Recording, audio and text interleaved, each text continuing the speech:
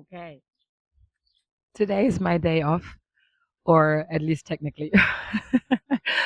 Before I started recording this video, I already organized my day and I realized having a day off can mean very different things depending on what you do. I think the traditional idea of having a day off means you disconnect from work, you do the things that you enjoy and you might not have time for during your weekday, your workday. You're gonna try to relax. You're gonna try to meet friends. You also will have to run some errands, I guess, because during your work week you can only get so much stuff done.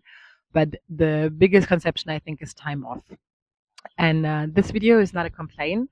It's more like a different look at it, or the look of self-employed people or cafe owners, because I think it applies to both of them.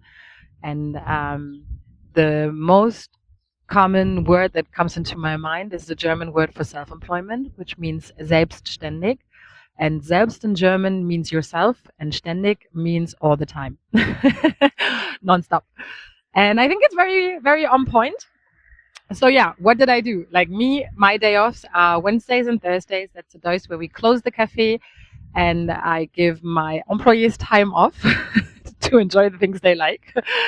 And in this case, for me, it meant this morning I got up, I packed my bag, and I went to a nearby coffee shop to have a coffee and a change of scenery and to plan out my day.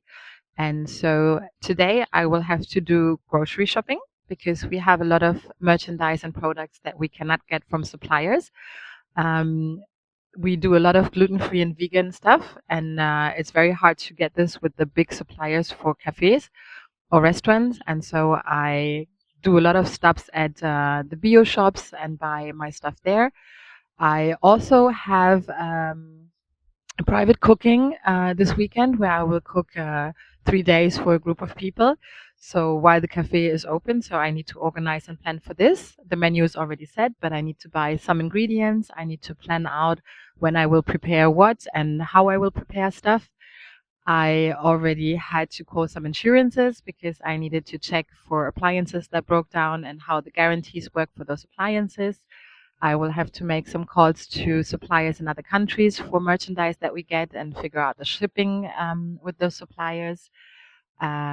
I also will receive a lot of calls from different suppliers because that's the days we place the orders. So in general, you will always have 1 or 2 calls from somebody because you need to do something. I checked in with my social media manager because we had to plan the week. We're going to have a menu change on the weekend. So the socials need to be updated on that. And I am also launching a new product soon. So I will have a meeting with somebody to talk about this. And yeah, so the days off are pretty stacked and full. And then tomorrow will be the prep day, which is a day where the cafe is closed, but I will be on site preparing everything, which means all the homemade drinks that we have, because and the cakes and the bread spreads and basically everything that we do. Because if you have 2 days during the week where you close, you try to finish with almost no products and merchandise in stock, and then you reproduce new for the week that it's ahead. In summer, it's a bit different. You produce all the time, but you still will have to find moments where you can run errands because you still need to buy some groceries. I think for a lot of people, this doesn't sound like the dream, more like a nightmare, because they will have the feeling they will never disconnect, and it sounds exhausting. But to be honest, if you are doing this since a lot of years, it becomes your normality, and you figure out ways to sneak moments off in. So, for example, this morning for me, it's a moment off. While I'm doing the list, I'm having my coffee, I'm checking stuff on the phone, I have a moment to enjoy. There are other days where I will call a friend and say, hey, I'm going to have a coffee somewhere. Do you want to come and join me? And I will spend 1 or 2 hours with that friend. And then I will continue my day with all the errands I have to run. There are moments where I go grocery shopping and I decide that I'm going to make a stop at the hairdresser before and have like a moment to myself. So I think it's just a question of how you organize your days and how you try to sneak little moments in. I know that for me personally today, I try to do everything in the morning, and then in the late afternoon, I'm going to spend time with my son and a friend. So I know this is going to be my real enjoyable day off moment.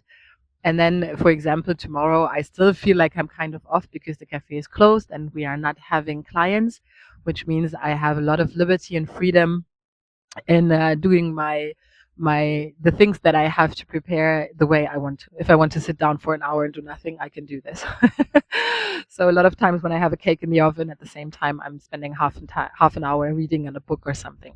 But yeah, I think at the end of the day, if you build something that you really care for and that you really like, it doesn't seem like something that is hard, and it's not something you have to think about all the time.